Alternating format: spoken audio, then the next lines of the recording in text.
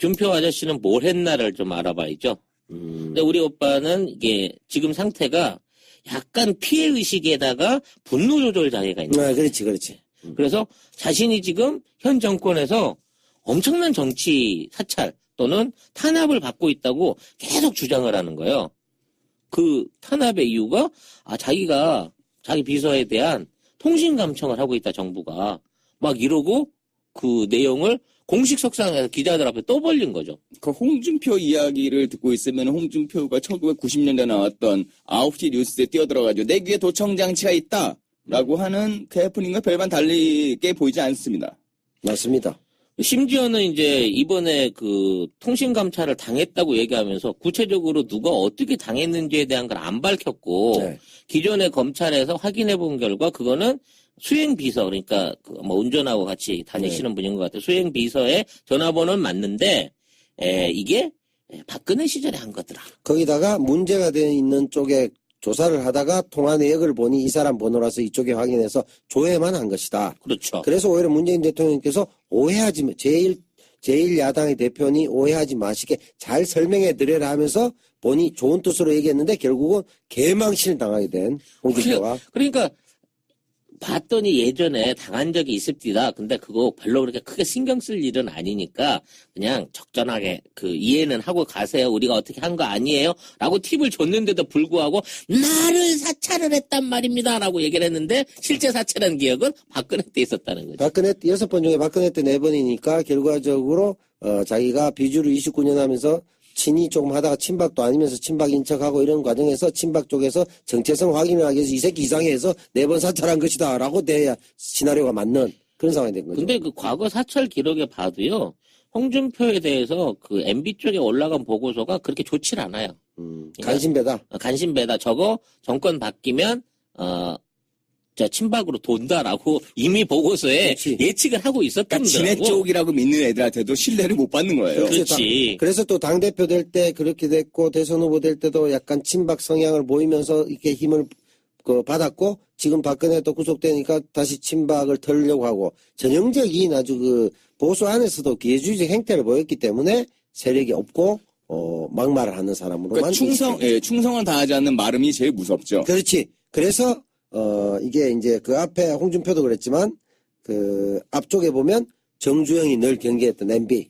저거는 쓰지 마라. 저거는 절대로 쓰지 마라 저거. 저거는 못 쓸 거야 저거. 그러면서 엔딩을 했는데 그 도련님이 그 머슴 밑에 가갖고 머슴살이 하는 바람에 그 꼬라지 떼갖고 아버지 그 사람들한테 그 정몽준의 아들의 얘기를 또 막말해서 결국 몽접이 되고 지금 가루가 돼버린 상황인데. 그 예전에 그 썰은 뭐예요? 네. MB가 한번 그 현대가의 대표로 그 전경련 회의에 들어갔을 때 이거 썰인데 뭐 저도 뭐 어디서 주워 들은 겁니다. 꿈에서 본 것 같은데. 나도 들은 썰이야. 딱 그때 누가 아까 나왔죠. 와 오늘 나오네 같이 또 한화의 김승현 회장이 일찌감치 그 어쨌든 왕자에 올랐잖아요. 그렇죠. 그러니까 김승현이 제 딱 이명박 딱 보면서 저거 뭐야? 그래서 MB가 그거 뒤끝이 남아가지고 나중에 지가 잡자마자 하나를 조졌다라는 이 공상과 같은 얘기는 도대체 출처가 어디예요? 하여튼 그때 왜 청지기가 이런 자리 들였냐고 그렇죠. 정경전 그 참석해있던 회장들이 대노했다고 하냐. 아니 그 원족보에 이게 족보에 없고 산업이 족보에 있는 이런 놈이 왜 얘기 딱 그런 거잖아. 얘는 입양된 것도 아니야. 그냥 청지기 노비야. 근데 그거를 저희 대감님 대신에 왔습니다 하고 그 대감님들 수라상 받는 자리까지 기어 들어가니까 대번에 욕을 먹은 거지. 대감들이 빡치지. 야 차라리 몽준이 불러. 저 뭐야 저거. 그렇게 됐군요. 그래서 필생의 업이 재벌이 됐다라는 말이 있긴 있어요. 그러니까 근데 공상과학이죠. 아니 근데 너도 듣고 나도 들었으면 거의 출처로 아니 우리가 같은 꿈을 꾼 거지. 그런가? 야, 그럼 정말 두 분 혁명동지네요. 같은 꿈을 꾸신. 근데 이번에 그 대선 과정에서도 최근에 이제 유세 동영상이 돌았는데 96년도에 그 BBK 사건 있을 때 자기가 나서갖고 구속을 막아줬다는 거예요. 그때 자기한테 검찰총장직을 약속을 했다는 거야. 근데 그거 약속을 안 지켰다. 뭐 검찰총장 시켜주거나 총리 시켜준다 그랬는데 그 약속 안 지켰다라고 유세 중에 공식적인 자리에서 이걸 떠들어버린 거예요. 그러니까 96년의 구속은 아마 정치자금법 위반이었을 거예요. 맞죠. 그때 예. 정치자금법 위반을 한번 면하게 해줬어. 어차피 나중에 서울시장 날아가긴 했지만, 아무튼, BBK 때도 그렇고, 96년 구속 때도 내가 다 막아줬는데, 그 당시에, 나중에 자기가 법무장관, 총리 이런 거 시켜줬다는 거는 일종의 덕직을 약속을 받고, 자기가 검사 과정에서 또는 법원 안에 어떤 부당한 영향력을 행사했다. 이런 얘기 스스로 한 거잖아. 그러니까 역사라는 게 참 보면 꼬이고 얽히고 하는 게 참 운명적이라고 하는 게 이때 당시에 이명박이가 종로였어요. 종로에서 정치자금법 위반으로 이제 실형이 선고되고 당선이 이제 취소가 되죠. 그렇죠. 그리고 거기에 대해 보궐로 나왔던 게 노무현 대통령이었습니다. 노무현 대통령이 거기에 갔다가 나중에 나는 부산으로 가서 그렇죠. 출마하겠다 떨어지더라도 이게 아니에요. 여기서 또 이렇게 이명박과의 악연이 시작되는 거죠. 그렇죠. 그래서 이제 바보 노무현으로 태어나는 상황이 되는 그 건데. 당시에 이제 MB가 이전까지는 4대강에 대한 정보가 없다가요. 아마 이때 추측입니다.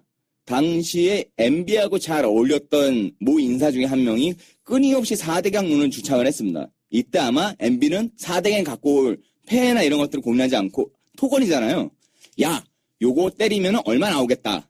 라는 꿈을 꾸지 않았을까. 그렇죠. 라는 얘기가 제가 꿈에서 들었습니다. 지금도 국민연금을 가지고 해외 자원개발이나 투자로 해서 1조 2천억쯤 썼는데 회수가 1,000억 얼마밖에 안 돼. 거의 1조를 날려먹었는데 그것도 슈킹했다. 그런 얘기들이 나오잖아요. 아무튼 이번 추석 MB가 있죠. 예, 추석 연휴 내내 안철수는 굉장히 열심히 활동했고요. 네. 홍준표는 막말을 막 던지고 다녔던 거죠. 홍준표가 얘기한 것은 결국은 MB가 약속을 지켜주지 않았다. 이거죠? 예, 그리고 또 막말 이번에는 폭격이 있었다는데 몇 가지 한번 얘기해 주시죠. 홍발정에. 최근에 있는 그 홍발정의 그 아무 말 대잔치는 예. 주로 이제 과거 정부에 대한 과거 정부에 대한 적폐청산에 대한 반대를 나타내고 있는데요. MB 정부에 대한 수사가 노무현 죽음에 대한 정치 보복쇼다. 이건 이제 공당의 대표가 할 수 있는 얘기가 아닌데도 불구하고 이런 식으로 이제 일방적으로 비판 여론을 냈고 5개월밖에 안 된 정부가 이렇게 실정을 하는 꼴을 처음 본다. 그러니까 이제 자기들도 논리적 어폐가 있는 거죠. 노무현 죽음에 대한 정치 보복쇼라는 것 자체는 노무현 대통령의 죽음이 자기들이 정치적으로 위해를 가했다는 걸 인정한 것밖에 안 되는 건데 사실 지금 이거는 MB정부 수사는 국민적 의혹이 너무나 커졌기 때문에 당연히 해야 되는 일이죠. 보복이 아니라 어떻게 보면 정치가 제자리를 찾아가는 정치 복원인데 보복이라고 착각을 한 것 같고요. 5개월밖에 안 된 정부가 실정을 했다면서 이번에 13가지를 지목했어요. 대단하네요. 졸라게 잘못한 게 많다. 13개나 된다. 이렇게 주장을 했고. 그 다음에 또 문 대통령께서 친북 주사파 말을 자꾸 듣는다. 여기서 말하는 친북 주사파 누구를 지칭하는 겁니까? 임종석, 조국 이렇게 되겠죠. 네. 제가 한번 해볼까요, 빙의? 문재인 대통령이 이거 주사파들 말이야. 이거 말을 자꾸 듣고. 커피 들고 이거 가오 잡고 우아기 걸치고 청와대 경내 빙빙 돌면서 커피 들고 가오 잡고 이래가 앉아가 서로 정답 나누고 초기에 멋있다 하고 했잖아. 그죠? 그게 참 내가 보면 같잖아. 누가 그게 청와대에 있어야 될 그림이야, 그게. 송 작가 어떻게 생각해? 글쎄, 제가 보기에는 그게 질투를 했던 것 같아요. 그러니까 주사파들하고 나라 국정 운영 하니까 커피 들고 우아기 걸치고 가오만 잡은 건데 그게 청와대에 있어야 되는 게 아니고 누가 봐도 그 파크랜드 광고지 그게. 양복 쳐입고. 그렇게 부러우신 거야? 파크랜드 쳐입고 해야 돼. 광고나 해야 돼. 얼굴만 믿고만 다야. 그러면 되는 거지. 얼굴로 정치하나? 얼굴이 밀리시는 것도 인정하시는 거네요? 우리가 조금 오세훈이 있어 우리도. 고대라서 그렇지. 서울대가 좀 부족한데. 그래가 해야 되는데 꼭 말이지 거우 잡고 청와대에 앉아가. 그래서 이 주사파들 위주의 정권을 유지하는 것은 안 된다. 진짜 주사파는 사실 이렇게 말하면 MB가 서운해하죠. 자기 아들도 있고 김무성의 사이도 있고 이거 진짜 주사파 아니에요. 그건 주사파죠. 주사파. 네, 주사파죠 이거. 주사파. 진짜 주사파는 여기 주사파. 있는데 주사 바늘파. 에이, 주사를 놨을 수도 있고 아니면은 빨았을 수도 있고요. 여러 가지 방법이 있습니다. 태워서 흡입할 수도 있고요. 자, 그 다음은 전시작전권 회수에 관해서 우리나라도 지킬 능력도 안 되는데 왜 생각 없이 그런 걸 하는지 모르겠다라고 하는 보수로서는 할 수 없는 정말 기레기 같은 발언을 하기도 했고 나라를 지킬 힘이 없는데 전시작전권까지 환수되면 너무 무거워 힘들다. 뭐 그런 내용이겠죠. 그게 그래서 전술핵이 필요해요? 그건 지키는 게 아니잖아. 개판이네, 이게. 예, 그냥 자살 무기 하나 끼고 있자는 얘기밖에 안 되잖아. 그렇게 그러니까 되면. 홍준표가 공당의 대표이기도 하고 자기가 한때 대선 후보라고 했는데도 불구하고 전시작전권 환수에서 이렇게 이해도가 떨어진다는 거는 기가 막힌 노릇입니다. 이게 지금 미국도 그렇고 미국이 몇 번이나 얘기했습니까? 가져가라고. 근데 우리나라에서 뭐라고 했어요? MB 때. 우리 못 받아요. 연장해 주세요. 그 미국은 여기다 또 돈 날아가는 게 있거든요. 근데 이게 지금 이 홍준표가 이야기하는 건 그냥 면피도 아니고 뭐도 아니고 진짜 아무나 대잔치인 거예요. 아니, 형님 왜 이러십니까? 아직 우리가 받을 상황이, 아니, 전시작전권이 무슨 폭탄이야? 왜 안 받으려고 지랄이야? 이걸 받아야 국가 안보가 튼튼해지는 거 아니에요? 그러니까 홍준표나 내지는 이렇게 얘기하는 이렇게 보수 꼴통들의 이야기는 일종의 미군이 있으면서 인계처산 전략으로 우리가 방어가 된다고 얘기하는데 이미 그 전략이 폐기된 지 오래됐습니다. 어차피 전쟁 징후가 보이게 되면 미군들은 자기네 국민부터 소개령은 다 시킬 거고요. 거기에 대해서 앉아 다 하는 거 우리밖에 안 돼요. 그렇게 되면 어떻게 해야 되냐? 우리가 전시의 작전권을 갖고 있어야 우리나라를 우리가 지키는 수밖에 없는 거잖아요. 그렇지. 그 거기다가 힘이 또 아니 미국을 언제까지 믿고 있을 거예요? 거기다가 또 트럼프가 특히나 아메리칸 퍼스트 전략을 쓰잖아요. 우리 먼저, 형님 먼저, 아우 먼저 이런 거 없잖아. 우리 먼저잖아. 그러니까 더더욱 이게 말이 안 되는 거고 뇌물수수 공범으로 권양수 여사를 고발하겠다. 이런 막말을 또 했다는데. 이게 이제 540만 불인가요? 홍준표가 만들어낸 금액이 있죠. 네. 예, 사위가 받았고 부인이 받았고 노 대통령 하나도 안 받았지만 사실은 그 사람들이 받아서 뇌물죄다. 그리고 뇌물 공범으로 권양숙 여사를 고발할 수도 있다. 라고 이번 추석 연휴에 제대로 긁어대는 발언을 한번 던져주셨는데 그러니까 아무 말 떠들지 말고 가만히 앉아있으면 대법원에서 전화 올 거예요. 나오시라고. 아직 본인 것도 좀 해결 못해. 뭔 개소리가 앉았습니까? 뭐 그나마 조금 신뢰를 할 수 있는 말을 던진 게 지방선거에서 광역단체장 6건 못 지키면 대표 사퇴하겠다라고 일종의 배수진을 친 발언이 있었어요. 요거 제발 까먹지 않도록 몸에다가 메멘토처럼 새겨놔라. 제발. 요게 대선 때 후보하면서 했잖아요. 6곳 이상 다니면서 각 동네 강마다 다 빠져 죽겠다 그랬잖아요. 영덕다리에 빠져 죽겠다, 한강에 빠져 죽겠다, 뭐 빠져 죽겠다. 죽은 다음에 넣어놔가지고 화장을 해야 되나? 참네, 이게 진짜 어디 헛소리를 하는데 조만간에 MB하고 또 우리 홍준표 현 대표하고 고대 동문들 검찰 포토라인에 시원하게 같이 서가지고 정답게 우악이 걸치고 기대가는 모습 봤으면 좋겠어요. 아, 고대 아이가 이거 하는 거예요? 고대 아이가 하면서 야 해병 전에 안 한다. 고대라 호랑이가 물어가는 거 아이가? 호남이 학원에 요새 열안 좋네. 하면서 박주호이 나간다며 뭐 이래 되는 거 개판 치는 거죠. 아무튼 지방선 이런 공약을 던져주신 덕분에 홍 대표 사퇴를 위해서라도 광역 지자체장들을 지역 주민들이 싹 쓸어서 반대로 밀어내버리지 않을까라는 기대를 하게 되는 거죠. 아 그렇겠네요. 6군데에서 한강 다리에서 떨어뜨리고 영도 다리에 떨어뜨리고 다 밀어 넣어버리는. 네. 좋네요. 홍준표가 무슨 인어공주예요? 아 그렇네요. 인어공주 해병대설이 우리 있었죠. 자 이주에 청산대상 베스트 3가 좀 더욱더 빛났던 건 두 당의 공당이 꽁을 친 공당의 대표들의 소식을 전하면서 좀 풍성했던 거. 그렇죠. 같고요. 자 다음으로 2위로 가겠습니다. 네, 2위는 사실은 제가 사건을 들었을 때 이게 엄청 큰 사건이 되지 않을까 생각을 했는데 아무것도 아닌 사건이 돼버린 2위가 아까운 순위입니다. 논계 신혜원이 잘못해서 조원진과 함께 풍덩했다. 아하.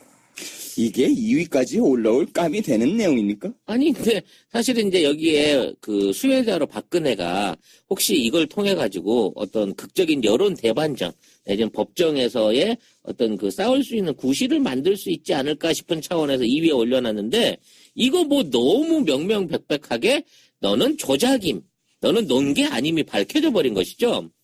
그러니까 이런 음모론 내지는 자기가 어떤 폭로를 하려면 시나리오가 좋아야 돼요.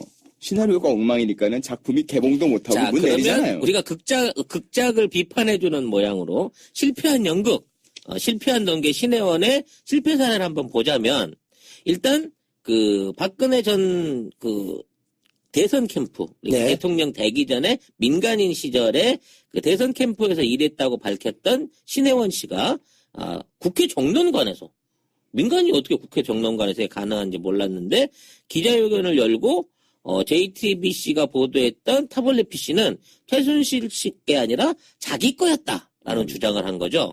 근데 이 사람은 실제로 설강포럼이라고 이제 선거 관리 캠프 조직 안에 있었고 그 인연으로 일을 했는데 요게 이제 불법 캠프였다는 거죠. 네. SNS 장난질을 치던 그 선거 활동을 했기 때문에 요거 이제 불법으로 밝혀져갖고 벌금 500만 원에 처해진 전과자란 말이에요. 근데 이 사람이 갑자기 국회 정론관에서 기자회견을 연 거야. 누가 열어줬냐라고 봤더니 이거는 조원진이 신혜원을 데리고 왔다. 이제 이게 뒤 배경으로 밝혀진 거죠. 조원진이 백그라운드 깔아주고 신혜원이 내 거다고 태블릿 PC가 내 거라고 주장했다. 이거죠? 그렇죠. 그게 그럼 조신. 이거 한마디로 줄이면 되겠네요. 조가라 마이신이네요.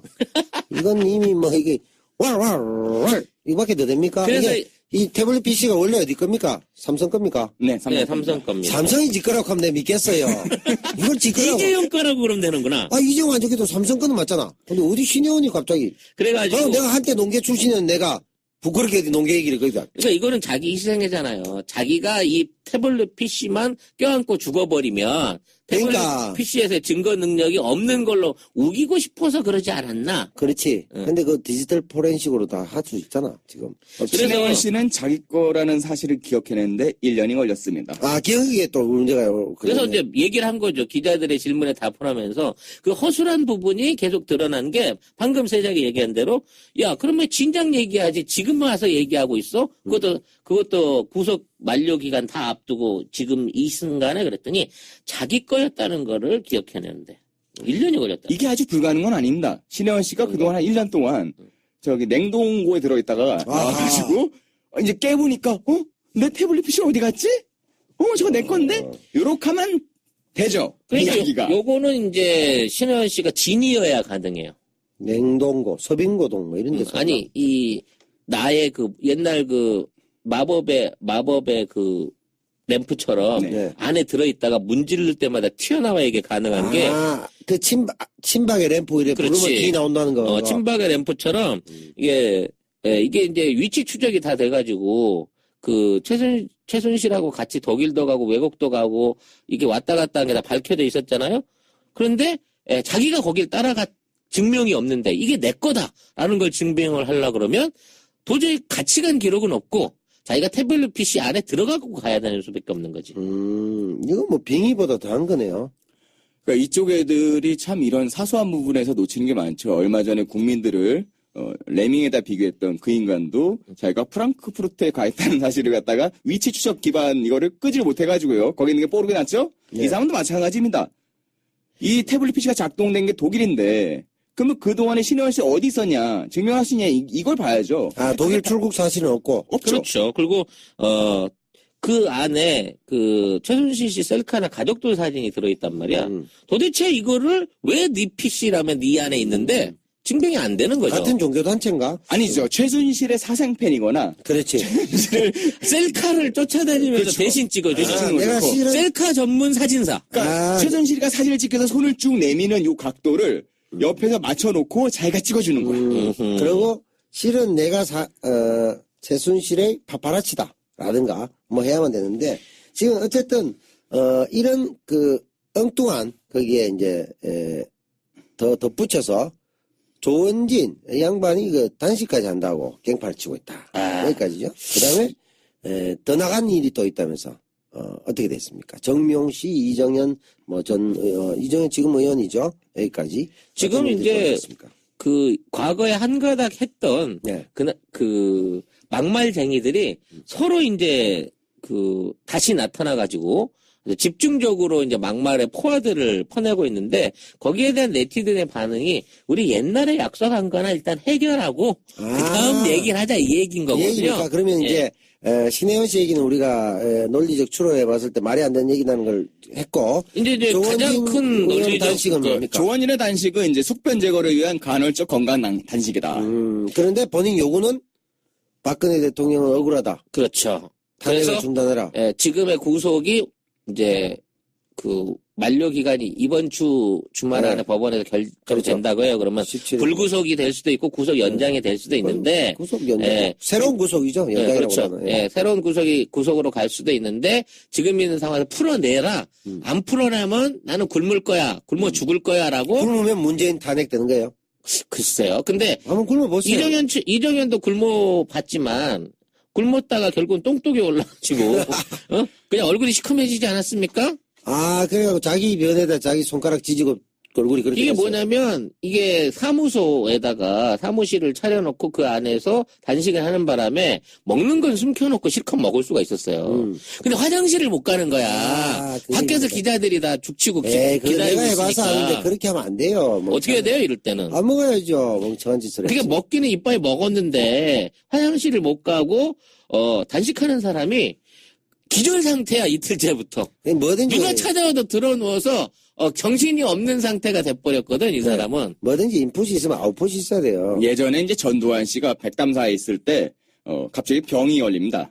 단식 상태였는데 식중독에 걸리죠. 멋지네. 공기가 너무 안 좋았구나. 아니 뭐 하프마다 모기 같은 게 들어가지고 식중독이 됐다 이런 거겠죠. 네, 아무튼 이번 쇼를 통해 가지고 이게 정치 이슈가 됐기를 바라고 아마 조원진의 같은 경우에는 그다음, 예, 카드를 꺼냈는데 완전 실패한 거고요. 아까 얘기한 네티즌들이 지금 뭐 얘기한 거 실천이나 해라. 그 뭡니까? 정미용 같은 경우에는 탄핵 인용이 된다고 하면 내 목숨을 내놓겠다. 지가 무슨 구미호야? 예. 목숨을 한 개, 두 개, 한 개, 두 개 내놓게? 지금 이 사람 목숨 지금 국민들한테 있는 거예요. 네. 네, 이정현 대표는 뭐 탄핵에 성공하면 장을 지지겠다. 찢어갖고 그 똥독이 올라 얼굴이 그렇게 됐다면서요. 자기 똥을 찢어가지고. 찾아가서 이제 좌우지 장지지지 해줘야 되는데 아, 네, 그거 지금 못하고 있는 거, 어디 갔니, 지금? 사람들 찾고 있는 거고요.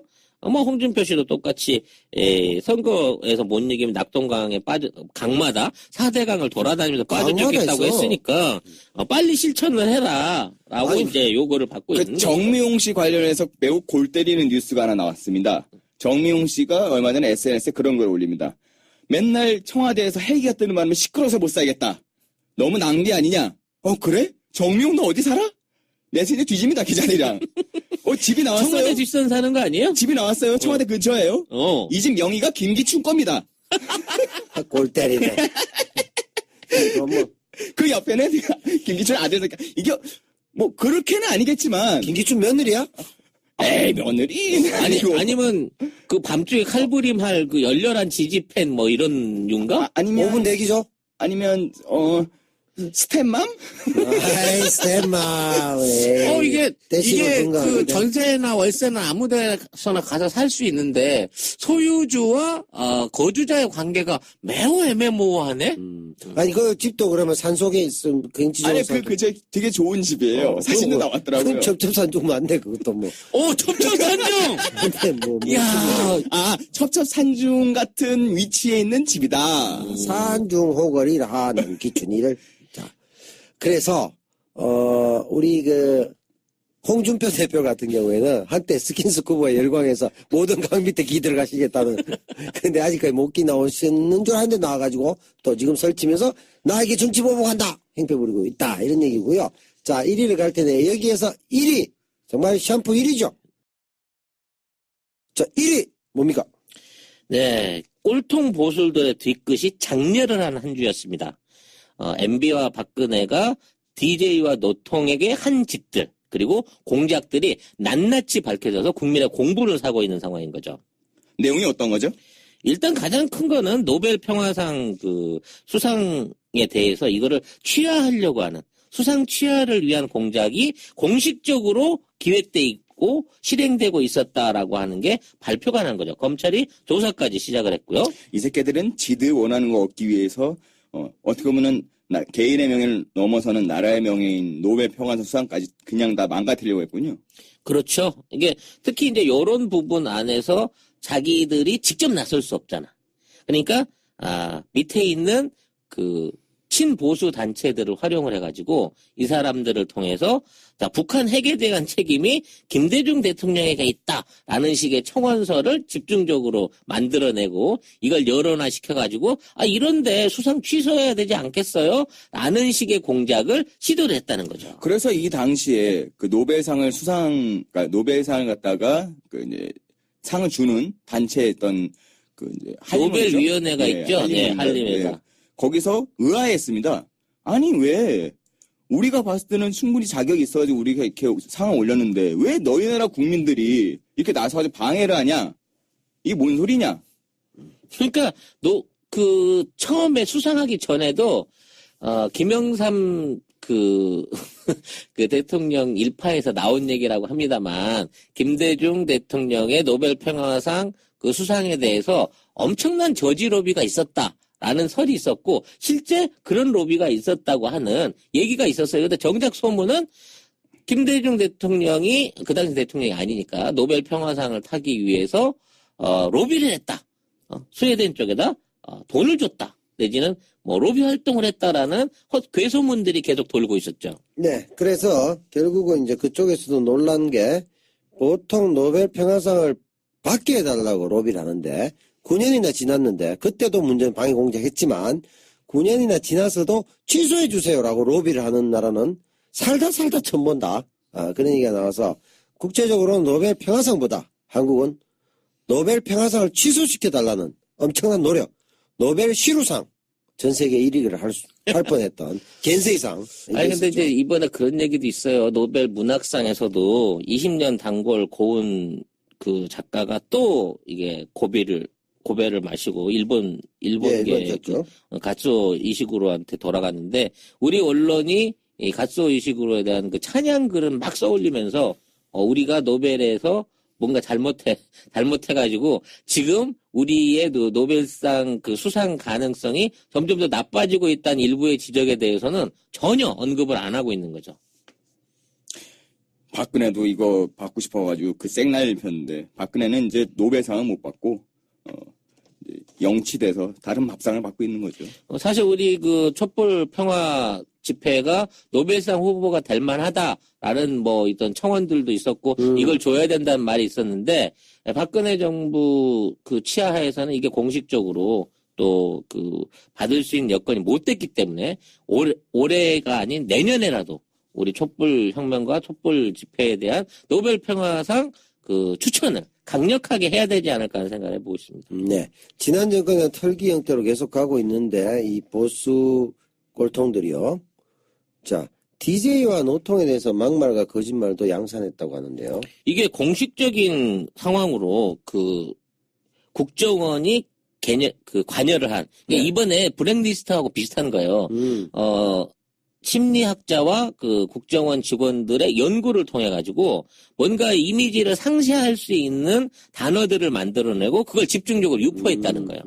예를 들어 뭐 선상님이라든지 뭐 홍어젓 뭐 이런 말. 그다음에 이런 얘기는 진짜 하기 싫은데 그분의 어떤 장애를 비꼬는 듯한 그 여러 가지 얘기들을 부상 장애를 비꼬는 얘기들을 만들어서 이 일반 여론들한테 그 단어로 쓰일 수 있게 만들었다는 거죠. 그래서 모르고 쓰다가 아이돌이 일베소리 듣게 되는 낭패를 겪기도 했고. 그렇죠. 또 똑같이 노통에게도 뭐 논두렁 시계 관련된 거라든지 뭐 노알라라는 그림까지 만들어서 했던 것들이 이게 아주 정통적인 심리 공작이었다는 그렇죠. 거예요. 그래갖고 뭐 김해 같은 데 가면 논두렁에 뒤지면 시계가 많이 나온다고 애들이 논두렁을 뒤지게 하는 그런 일을 1억짜리 시계를 논두렁에서 캐는 거야? 그러니까 보도에 나왔던 것에 따르면 국정원에서 모 심리학자에게 자문을 얻어서 노알라나 이런 것들을 만들었다. 그리고 그 자문 교수가 곽승준 쿨과당 진행자의 동생인 곽금주 서울대 교수다라는 설이 돌고 있는데 일단 곽금주 교수 측에서는 공식적으로 입장을 밝혔습니다. 나는 그런 적이 없다라고. 없다. 만약에 있다고 하면 쿨과당도 또 부담이 좀 되지만 뭐 형제니까 직접 관련은 없지만 그게 출연분이 계시죠. 자고 잘하는 분들이 두 분이나 있죠. 그런 고민들도 있을 수가 있겠다. 근데 홍준표의 괴자금 1,300억의 의혹 제기가 됐다는 얘기도 있는데 이건 뭡니까? 당시 홍준표가 이제 그 비자금이 300억이 있다라고 하나은행 관련해서 뭐 증거자료라고 이걸 네. 꺼내 들고 국회에서 흔들었는데 조사 결과 위조된 CD였는데 네. 그런 부분에 대한 어떤 면책을 받아갖고 이 부분에 대한 아무 얘기가 없이 1,300억만 남아서 지금 돌고 있는 거란 말이에요. 아님 말고로. 예. 아니, 저는 그 국회의원들의 면책 특권도 이런 부분에서는 분명히 좀 없어야 된다고 생각을 하거든요. 막 던지는 거죠. 막 던져보고 아니 말고 근데 면책 특권을 줬더니 이유는 뭔가를 조사를 하거나 접근을 했을 때 사람들의 억울함이나 좀 더 내용을 조밀하게 파악하기 위해서 그런 특권을 준 거지 이런 식으로 아니면 말고 폭로를 위해서 방어 기제로 주는 게 아니었단 말이죠. 그래서 아마 그 이제 향후에 이런 부분에 대해서 논의가 있을 것 같더라고요. 그 이제 민주당 의원이 이제 발의를 해보겠다라고 얘기를 했죠. 면책 특권을 갖다가 일정 부분 조정을 해야 된다.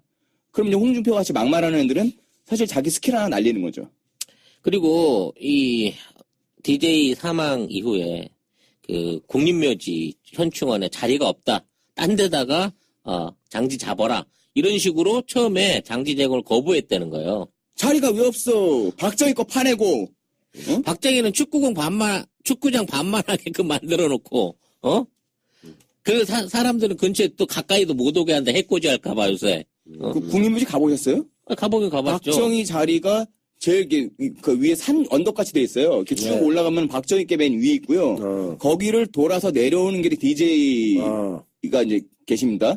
이거 잘못 지나가면 못 봐요. 그 좋은 자리에 계시는 것도 아니에요. 자리도 안 좋고 그 면적도 작고 그렇다면서요. 그러니까 잘 모르겠어요. 국립묘지 여러분들, 자체에 네. 못 들어오게 한 거예요, 이 새끼들이. 그러니까 나중에는 박정희 거 파면 되지. 역사 바로 세우게 하면 우리 박정희 전 대통령 우리 이장 시켜드립시다. 네. 우리 고향 쪽으로 해가지고 저 산속에 그냥 버리면. 그리고 금강산 관광과 개성공단 중단도 업적 지우기다. 이게 무슨 말입니까?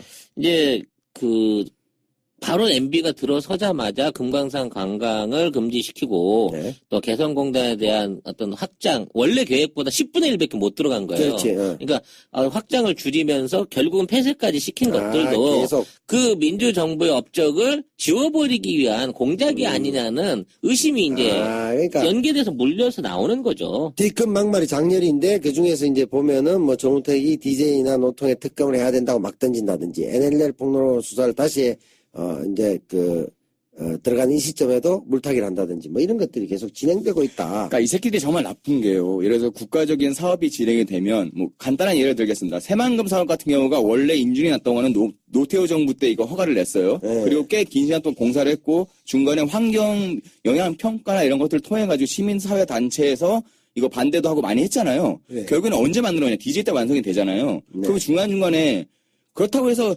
공사가 어느 정도 진행된 상황에서 DJ가 이거 앞에 군사정부에서 한 거니까 엎어. 이렇게 극단적으로 회전을 시키진 않았고요. 끊임없이 보완해서 진행을 한단 말이죠. 근데 이 새끼들은 국가적인 정책임에도 불구하고 이 씨발 앞에 있는 애들이 한 거네? 야 엎어. 이게 말이 되냐 이거죠. 하여튼 묘역이라고 하는 거는 일종의 어떤 그 정치인 또는 국가 수반이 했던 어떤 그 상징물 아니겠어요? 그분의 살아계서의 업적의 상징물인데, 이런 부분을 사전에 아예 들이지도 못하게 또는 훼손하거나 축소하기 위해서. 심지어 추도식도 원래 한 7일인데 6일로 축소를 시켰다 그래요. 장례 절차 진행하는 과정 중에. 그러니까 이런 식의 행위들 자체가 그만큼 민주정부의 어떤 부활을 두려워했던 게 아닌가 싶은 생각이 들어요. MB 기다려. 너 가면 떡 돌릴 사람들 많아. 그리고 당신은 녹조 찬란한 낙동강변에 내가 꼭 묻어달라고 청원을 할 거야. 근데 이제 문제는 이런 식의 어떤 명박에 대한 쉴드를 치던 국민당이나 여당들도 이런 연이은 노벨상 수상 반대라든지 반대 공작이라든지 이런 것들에 대해서 이게 국민들의 분위기가 너무 안 좋은 거야, 민심이. 그러다 보니까 지금 그렇다면 좀 이런 부분에 대한 수사를 좀 해야 되지 않을까라는 식으로 언론 태도를 바꿔가고 있다는 거죠. 발표 태도를, 언론에 대한 태도를. 그러니까 결국 자기들이 연이은 막말로 인해서 스스로의 입지를 좁히고 자기들에게 포승줄을 감는 형태로 가고 있다, 오히려. 사실 이 얘기 나오기 전까지만 해도 MB 정권에 대한 부분의 수사는 좀 무리가 있는 거 아니냐라는 식의 논리가 국민의당에서도 있었단 말이에요. 근데 DJ가 언급이 돼버리는 이상 국민의당이 더 이상 이명박을 쉴드 치거나 마치 지금 이 부분에 대해서 입을 닫으려는 행위를 할 수 없다는 거죠. 모든 지역 기반이 아직까지는 호남에 있는 국민의당 입장으로서는. 그러다 보니까 의원들 사이에서부터 자, 이 정도 되면 우리 더 이상 명박에 쉴드 치는 거 그만해야 되지 않나? 라는 효과를 내고 있다는 거예요. 근데 이렇게 입장을 발표하면서 저는 국민의당을 보면 술이 덜 깬 사람들 같아요. 지금 겉으로는 또 이렇게 얘기하지만은 이번에 보세요. 그거는 유승민이가 놀러 왔죠? 같이 앉아가지고. 놀러 온 거야, 그게? 아니, 놀러 왔죠? 그럼 뭐 합당하러 왔겠어요? 그렇겠지. 그러니까 앞에서는 저거라고, 뒤에 가서는 이거라고. 안에서 쿵짝이 안 맞아요. 아니, 원래 이렇게 박수도 손뼉이 맞아치는 거고, 떡도 앞뒤가 맞아치는 거, 아이고, 잠깐만, 이거면 안 되는구나. 맞아치는 건데. 야, 그건 앞뒤 어떻게 쳐도 다 치는 거 아니냐? 저 형, 막말하는구만, 이제. 아니, 또, 떡이 사람을 칠 수도 있지 뭐. 응. 아니, 술을 많이 먹으면 떡이 된다고 그래서 그 얘기한 건데. 뭐, 아무튼, 이 정리가 안 되네. 국민의당은 큰일 났네. 완벽한 갈짓자 행보를 하고 있기 때문에 앞으로의 방향이 어디로 갈지 참 귀두가 주목됩니다. 기도가 조금되고. 이거 참네, 이거 참. 방송이 너무 길어졌어. 예. 근데 여기서 이제 우리 정우털 씨 얘기 안 할 수가 없죠, 그러니까. 네. 바로 귀두 나가니까 털 나오는구나, 털. 우리 털미썸싱 정우털 씨는 DJ 노통에 특검을 해야 된다, 이게. 알겠습니다. 얘기 나온 참에. 그래도 이동관도 또 그랬죠. MB를 너무 그렇게 몰지 마라 이런 얘기를 했는데 결국 또 MB도 그렇게 추석 전에 벌써 자기가 얘기를 했잖아요. 때가 되면 나서게 될 것이다. 이런 표현까지도 했었는데 사실은 그래요. 테니스 치기에는 가을이 또 선선하고 좋잖아요. 더 추운 날 오기 전에 미리미리 포토라인에 서는 게 그러니까 이동관, 그다음에 지금 썰전 나오는 박영준이 그다음에 저번에 정진석이 혜택본 성은을 입은 자들 있잖아요. 그렇죠. 4대강 추진위원장에 있었던 이상호 교수 이런 분들은 지금 슬슬 가족들하고 많이 좋은 시간 보내고 못 본 분들 찾아뵙고 이렇게 마음 준비하다 보면 또 이동관 수석도 이렇게 얘기하면 안 되는 게 역사를 통해 배우잖아요. 박근혜 보십시오. 유영하 변호사부터 변호인단이 최초에 제일 쉬웠던 건 망명가도 됐어요. 그 다음에 또 하야해도 됐어요. 많은 방법이 있음에도 불구하고 별거 아닙니다. 괜찮습니다.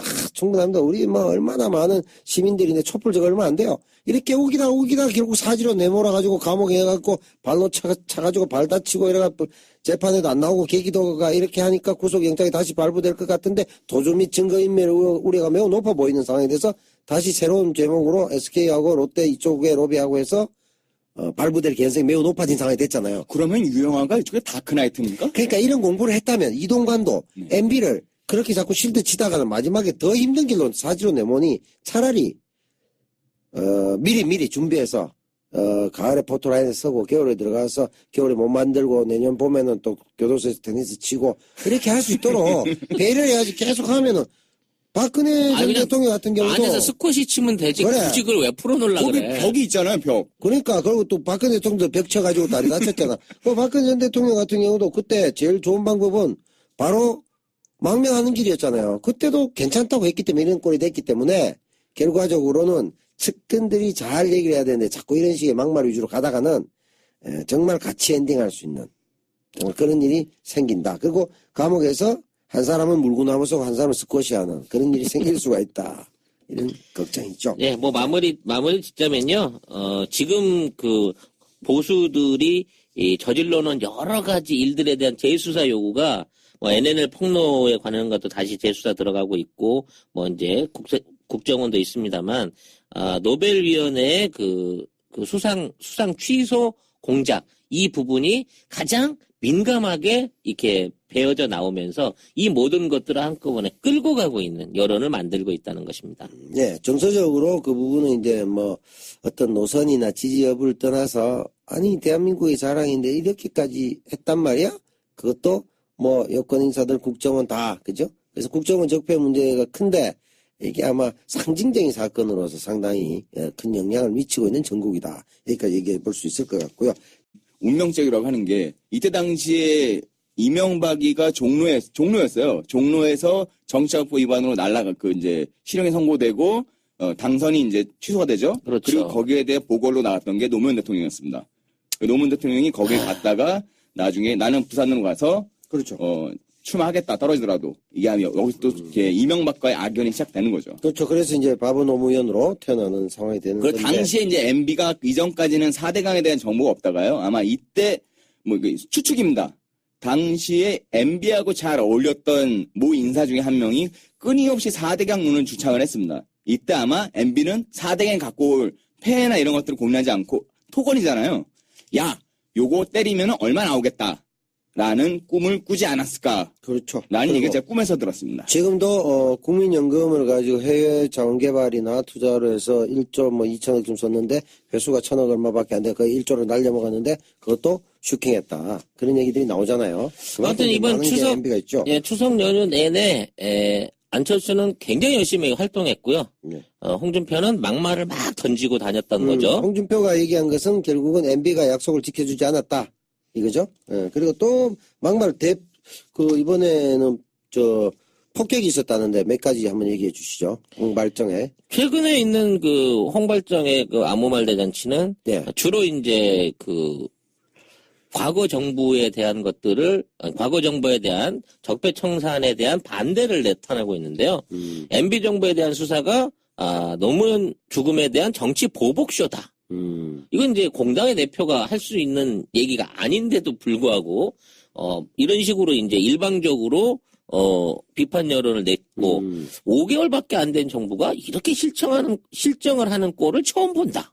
그러니까 이제 자기들도 논리적 어폐가 있는 거죠. 노무현 죽음에 대한 정치 보복쇼라는 것 자체는 노무현 대통령의 죽음이 자기들이 정치적으로 위해를 가했다는 걸 인정한 것밖에 안 되는 건데 사실 지금 이거는 MB정부 수사는 국민적 의혹이 너무나 커졌기 때문에 당연히 해야 되는 일이죠. 보복이 아니라 어떻게 보면 정치가 제자리를 찾아가는 정치 복원인데 보복이라고 착각을 한 것 같고요. 5개월밖에 안 된 정부가 실정을 했다면서 이번에 13가지를 지목했어요. 대단하네요. 졸라게 잘못한 게 많다. 13개나 된다. 이렇게 주장을 했고. 그 다음에 또 문 대통령께서 친북 주사파 말을 자꾸 듣는다. 여기서 말하는 친북 주사파 누구를 지칭하는 겁니까? 임종석, 조국 뭐 이렇게 되겠죠. 네. 제가 한번 해볼까요, 빙의. 문재인 대통령이 이거 주사파들 말이야. 이거 말을 자꾸 듣고. 커피 들고 이거 가오 잡고 그 우아기 걸치고 청와대 경내 빙빙 돌면서 뭐야 그거 커피 들고 가오 잡고 이래가 앉아가 서로 정답 나누고 초기에 멋있다 하고 했잖아. 그죠? 그게 참 내가 보면 같잖아. 누가 그게 청와대에 있어야 될 그림이야, 그게. 송 작가 어떻게 생각해? 글쎄, 제가 보기에는 그게 아니라- 질투를 했던 것 같아요. 그러니까 주사파들하고 나라 국정 운영 뭐하니까 커피 들고 우아기 걸치고 가오만 잡은 건데 그게 청와대에 있어야 되는 게 아니고 누가 봐도 그 파크랜드 광고지 그게. 양복 쳐입고. 그렇게 부러우신 거야? 파크랜드 쳐입고 해야 돼. 광고나 해야 돼. 뭐 얼굴만 믿고만 나야. 그러면 되는 거지. 얼굴로 정치하나? 얼굴이 밀리시는 것도 인정하시는 거네요? 우리가 조금 오세훈이 있어 우리도. 고대라서 그렇지. 서울대가 좀 부족한데. 그래가 해야 되는데 꼭 말이지 거우 잡고 청와대에 앉아가. 그래서 이 주사파들 위주의 정권을 유지하는 것은 안 된다. 진짜 주사파는 사실 이렇게 말하면 MB가 서운해하죠. 자기 아들도 있고 김무성의 사이도 있고 이거 진짜 주사파 아니에요. 그건 주사파죠, 주사파. 네, 주사파죠 이거. 주사파. 진짜 주사파는 여기 주사파. 있는데 주사 바늘파. 에이, 뭐 주사를 놨을 수도 있고 아니면은 빨았을 수도 있고요. 여러 가지 방법이 있습니다. 태워서 흡입할 수도 있고요. 자, 그 다음은 전시작전권 회수에 관해서 우리나라도 지킬 능력도 안 되는데 왜 생각 없이 그런 걸 하는지 모르겠다라고 하는 보수로서는 할 수 없는 정말 기레기 같은 발언을 하기도 했고 나라를 지킬 힘이 없는데 전시작전권까지 환수되면 너무 무거워 힘들다. 뭐 그런 내용이겠죠. 그래서 전술핵이 필요해요? 그건 지키는 게 아니잖아. 개판이 얘기해. 예, 그건 그냥 자살 무기 하나 끼고 있다는 얘기밖에 안 되잖아. 그렇게 그러니까 되면. 홍준표가 공당의 대표이기도 하고 자기가 한때 대선 후보라고 했는데도 불구하고 전시작전권 환수에서 이렇게 이해도가 떨어진다는 거는 기가 막힌 노릇입니다. 이게 지금 미국도 그렇고 미국이 몇 번이나 얘기했습니까? 가져가라고. 근데 우리나라에서 뭐라고 했어요? MB 때 우리 못 받아요. 연장해 주세요. 그 미국은 여기다 또 돈 날아가는 게 있거든요. 근데 이게 지금 이 홍준표가 이야기하는 건 그냥 면피도 아니고 뭐도 아니고 진짜 아무나 대잔치인 거예요. 아니 형님 왜 이러십니까? 아직 우리가 받을 상황이 아니, 전시작전권이 무슨 폭탄이야? 왜 안 받으려고 지랄이야? 이걸 받아야 국가 안보가 튼튼해지는 거 아니에요? 그러니까 홍준표나 내지는 이렇게 얘기하는 이렇게 보수 꼴통들의 이야기는 일종의 미군이 있음으로 해서 인계처산 전략으로 우리가 방어가 된다고 얘기하는데 이미 그 전략이 폐기된 지 오래됐습니다. 준표 아저씨는 뭘 했나를 좀 알아봐야죠. 근데 우리 오빠는 이게 지금 상태가 약간 피해의식에다가 분노 조절 장애가 있는 거예요. 아, 그렇지. 그래서 자신이 지금 현 정권에서 엄청난 정치 사찰 또는 탄압을 받고 있다고 계속 주장을 하는 거예요. 그 탄압의 이유가 자기가 자기 비서에 대한 통신 감청을 하고 있다 정부가 막 이러고 그 내용을 공식 석상에서 기자들 앞에 떠벌린 거죠. 그 홍준표 이야기를 듣고 있으면 홍준표가 1990년대 나왔던 9시 뉴스에 뛰어들어가지고 내 귀에 도청장치가 있다라고 하는 그 해프닝과 별반 다르게 보이지 않습니다. 맞습니다. 심지어는 이제 이번에 그 통신 감찰을 당했다고 얘기하면서 구체적으로 누가 어떻게 당했는지에 대한 걸 안 밝혔고 네. 기존의 검찰에서 확인해 본 결과 그거는 수행 비서 그러니까 그 뭐 운전하고 같이 다니시는 분인 것 같아요. 수행 비서의 전화번호는 맞는데 이게 박근혜 시절에 한 거더라. 거기다가 문제가 되어 있는 쪽에 조사를 하다가 통화 내역을 보니 이 사람 번호라서 이쪽에 확인해서 조회만 한 것이다. 그렇죠. 그래서 오히려 문재인 대통령께서 오해하지 제일 야당의 대표니 오해하지 마시게 잘 설명해 드려라 하면서 본이 좋은 뜻으로 얘기했는데 결국은 개망신을 당하게 된 홍준표가. 그러니까 봤더니 예전에 당한 적이 있습니다. 근데 그거 별로 그렇게 크게 신경 쓸 일은 아니니까 그냥 적절하게 그 이해는 하고 가세요. 우리가 어떻게 한 거 아니에요? 라고 팁을 줬는데도 불구하고 나를 사찰을 했단 말입니다. 라고 얘기를 했는데 실제 사찰한 기억은 박근혜 때 있었다는 거죠. 박근혜 6번 중에 박근혜 때 4번이니까 결과적으로 자기가 비주류 29년 하면서 친이 조금 하다가 친박도 아니면서 친박인 척하고 이런 과정에서 친박 쪽에서 정체성 확인을 하기 위해서 이 새끼 이상해서 4번 사찰한 것이다 라고 돼야 시나리오가 맞는 그런 상황이 된 거죠. 근데 그 과거 사찰 기록에 봐도요. 홍준표에 대해서 그 MB 쪽에 올라간 보고서가 그렇게 좋질 않아요. 간신배다. 간신배다. 저거 정권 바뀌면 친박으로 돈다라고 이미 보고서에 그렇지. 예측을 하고 있었던 그러니까 거라고. 지네 쪽이라고 믿는 애들한테도 신뢰를 못 받는 거예요. 그렇지. 그래서 또 당대표 될 때 그렇게 됐고 대선 후보 될 때도 약간 친박 성향을 보이면서 이렇게 힘을 받았고 지금 박근혜 또 구속되니까 다시 친박을 털려고 하고 전형적인 아주 그 보수 안에서도 기회주의적 행태를 보였기 때문에 세력이 없고 막말을 하는 사람으로만 그러니까 충성을 다하지 않는 말음이 제일 무섭죠. 그렇지. 그래서 이게 이제 그 앞에 홍준표도 그랬지만 그 앞쪽에 보면 어차피 전쟁 징후가 보이게 되면 미군들은 자기네 국민부터 소개령은 다 시킬 거고요. 거기에 대해서 앉아 다 하는 거 우리밖에 안 돼요. 그렇게 되면 어떻게 해야 되냐. 우리가 전시의 작전권을 갖고 있어야 우리나라를 우리가 지키는 수밖에 없는 거잖아요. 그렇지. 그 거기다가 힘이, 또 아니 미국을 언제까지 믿고 있을 거예요. 거기다가 또 트럼프가 특히나 아메리칸 퍼스트 전략을 쓰잖아요. 우리 먼저 형님 먼저 아우 먼저 이런 거 없잖아. 우리 먼저잖아. 그러니까 더더욱 이게 말이 안 되는 거고 뇌물수수 공범으로 권양수 여사를 고발하겠다. 이런 막말을 또 했다는데. 이게 이제 540만 불인가요? 홍준표가 만들어낸 금액이 있죠. 네. 사위가 받았고 부인이 받았고 노 대통령 하나도 안 받았지만 사실은 그 사람들이 받아서 뇌물죄다. 그리고 뇌물 공범으로 권양숙 여사를 고발할 수도 있다. 라고 이번 추석 연휴에 제대로 긁어대는 발언을 한번 던져주셨는데 그러니까 아무 말 떠들지 말고 가만히 앉아있으면 대법원에서 전화 올 거예요. 나오시라고. 아직 본인 것도 지금 해결 못해. 뭔 개소리가 앉았습니까? 그나마 조금 신뢰를 할 수 있는 말을 던진 게 지방선거에서 광역단체장 6건 못 지키면 대표 사퇴하겠다라고 일종의 배수진을 친 발언이 있었어요. 요거 제발 까먹지 않도록 몸에다가 메멘토처럼 새겨놔라. 제발. 요게 대선 때 후보하면서 했잖아요. 6곳 이상 다니면서 각 동네 강마다 다 빠져 죽겠다 그랬잖아요. 영덕다리에 빠져 죽겠다, 한강에 빠져 죽겠다, 뭐 빠져 죽겠다. 죽은 다음에 넣어놔가지고 화장을 해야 되나? 참네, 이게 진짜 어디 헛소리를 하는데 조만간에 MB하고 또 우리 홍준표 현 대표하고 고대 동문들 검찰 포토라인에 시원하게 같이 서가지고 정답게 우악이 걸치고 기대가는 모습 봤으면 좋겠어요. 고대 아이가 이거 하는 거예요? 고대 아이가 하면서 야 해병 전에 안 한다. 고대라 호랑이가 물어가는 거 아이가? 호남이 학원에 요새 여 안 좋네. 하면서 박지원이 나간다며 뭐 이래 되는 거 개판 치는 거죠. 아무튼 지방선 이런 공약을 던져주신 덕분에 홍 대표 사퇴를 위해서라도 광역 지자체장들을 지역 주민들이 싹 쓸어서 반대로 밀어내버리지 않을까라는 기대를 하게 되는 거죠. 아, 그렇겠네요. 6군데에서 한강 다리에서 떨어뜨리고 영도 다리에 떨어뜨리고 다 밀어 넣어버리는. 네. 좋네요. 공주표가 무슨 인어공주예요? 아, 그렇네. 인어공주 해병대설이 우리 있었죠. 자, 이주의 청산대상 베스트 3가 좀 더욱더 빛났던 건, 두 당의 공당이 꽁을 친 공당의 대표들의 소식을 전하면서 좀 풍성했던 거. 그렇죠. 같고요. 자, 다음으로 2위로 가겠습니다. 네, 2위는 사실은 제가 사건을 들었을 때 이게 엄청 큰 사건이 되지 않을까. 주영이 늘 경계했던 MB.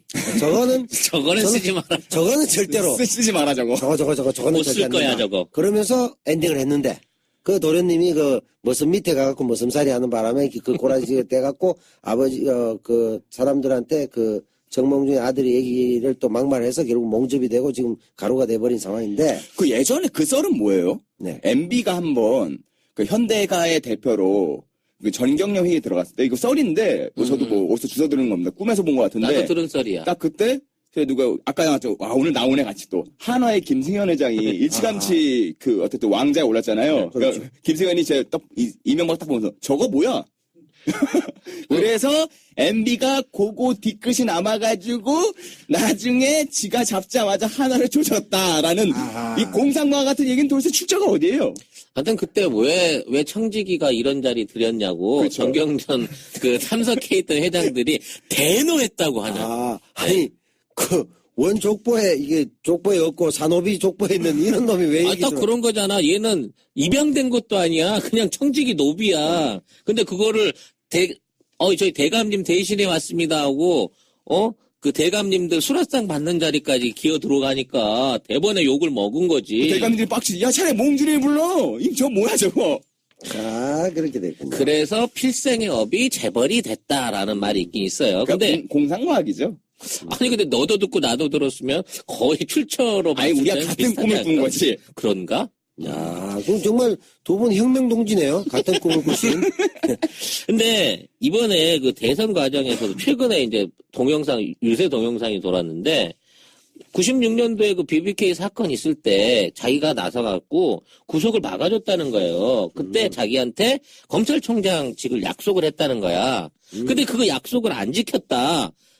뭐 검찰총장 시켜주거나 총리 시켜준다 그랬는데 그 약속 안 지켰다라고 유세 중에 공식적인 자리에서 이걸 떠들어버린 거예요. 그러니까 96년의 구속은 아마 정치자금법 위반이었을 거예요. 아, 맞죠. 그때 예. 정치자금법 위반을 한번 면하게 해줬어. 어차피 나중에 서울시장 날아가긴 했지만, 아무튼, BBK 때도 그렇고, 96년 구속 때도 내가 다 막아줬는데, 그 당시에, 나중에 자기가 법무장관, 총리 이런 거 시켜줬다는 거는 일종의 덕직을 약속을 받고, 자기가 검사 과정에서 또는 법원 안에 어떤 부당한 영향력을 행사했다. 이런 얘기 스스로 한 거잖아. 그러니까 역사라는 게 참, 이렇게 보면 꼬이고 얽히고 하는 게 참